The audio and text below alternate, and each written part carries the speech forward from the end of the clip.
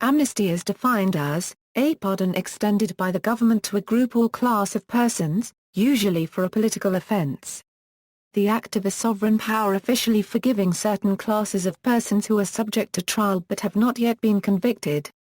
It includes more than pardon, inasmuch as it obliterates all legal remembrance of the offense. Amnesty is more and more used to express freedom, and the time when prisoners can go free. Amnesties, which in the United Kingdom may be granted by the Crown or by an Act of Parliament, were formerly usual on coronations and similar occasions, but are chiefly exercised towards associations of political criminals, and are sometimes granted absolutely, though more frequently there are certain specified exceptions. Thus, in the case of the earliest recorded amnesty, that of Thrasybulus at Athens, the 30 tyrants and a few others were expressly excluded from its operation. And the amnesty proclaimed on the restoration of Charles II of England did not extend to those who had taken part in the execution of his father. Other famous amnesties include Napoleon's amnesty of March 13, 1815, from which 13 eminent persons, including Talleyrand, were exempt. The Prussian amnesty of August 10, 1840. The general amnesty proclaimed by the Emperor Franz Josef I of Austria in 1857. The general amnesty granted by President of the United States, Andrew Johnson, after the American Civil War, in 1868, and the French amnesty of 1905. Amnesty in U.S. politics in 1872 meant restoring the right to vote and hold office to ex-Confederates, which was achieved by act of Congress. Those were true amnesties, pardoning past violations without changing the laws violated. The last act of amnesty passed in Great Britain was that of 1747, which pardoned those who had taken part in the 1745 Jacobite Rising. The Immigration Reform and Control Act of 1986 signed into law by President Ronald Reagan on November 6, 1986 granted amnesty to about 3 million illegal immigrants in the United States.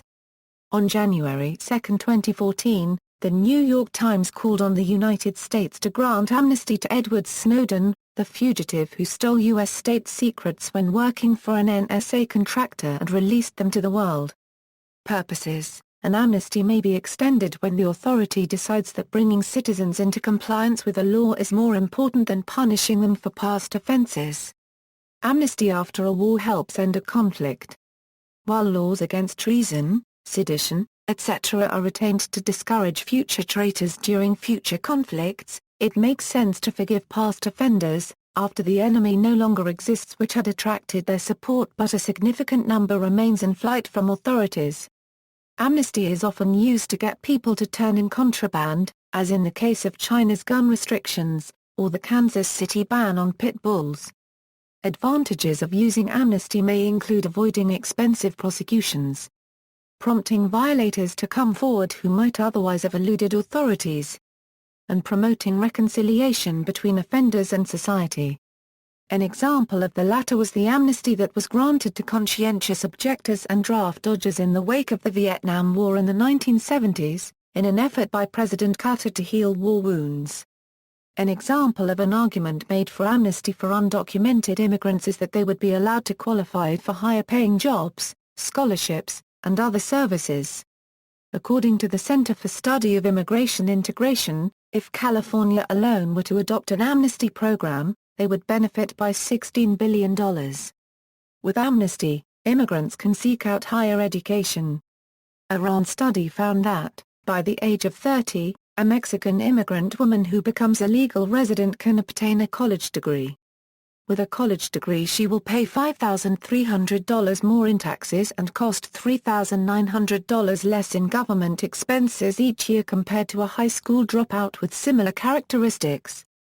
Workers who lacked a high school diploma in 2006 earned an average of only $419 per week and had an unemployment rate of 6.8%.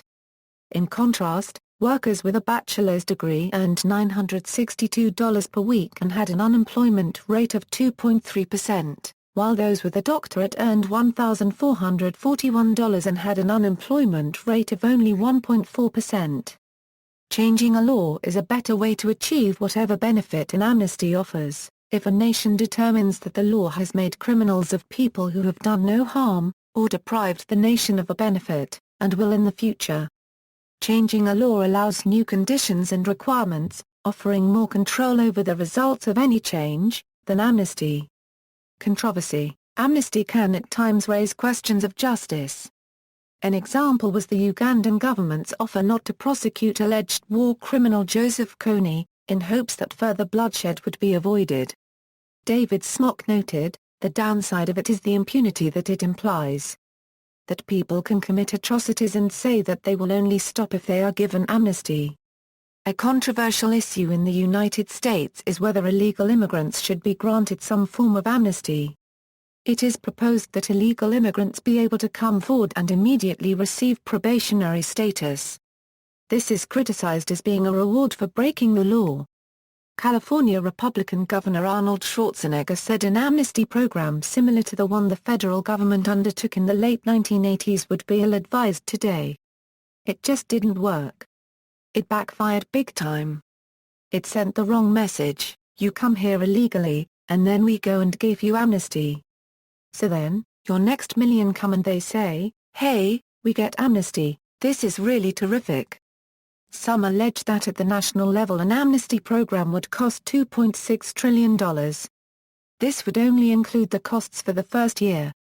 The federal government would need to hire additional workers to help register immigrants, increasing costs for labor and/or facilities. It is also alleged that an amnesty program would draw far more immigrants into the U.S. to receive amnesty, so the costs would continue to increase. Some allege that due to the large number of illegal immigrants residing in the U.S., the government had to hire outside contractors. This led to mass cases of fraudulent activity. Illegal immigrants were paying off workers to falsify information, grant amnesty for family and/or friends, and providing other relevant services. In 1986 it was found that 2.6 million immigrants received amnesty fraudulently because of the effects of the past amnesty policy. Many fear that an attempt to implement another amnesty policy would be a failure. Opponents of an amnesty policy feel that a similar situation to that of 1986 would occur, with bribery and registering of unqualified immigrants. Controversies also raised towards amnesties given to alleged perpetrators of the most serious crimes of international law. Courts have rejected amnesties for such crimes, such as the International Criminal Tribunal for the former Yugoslavia and the Special Court for Sierra Leone. But scholars have suggested that there should be room for amnesties which were imperative necessities to achieve peace and accompanied by effective truth and reconciliation commissions. One particular case was in Uruguay. The controversial law on the expiration of the punitive claims of the state pretended to put an end to unsolved issues deriving from 12 years of civic-military dictatorship. Local human rights organizations challenged that law and called a referendum in 1989 which confirmed the law by 56% of the popular vote.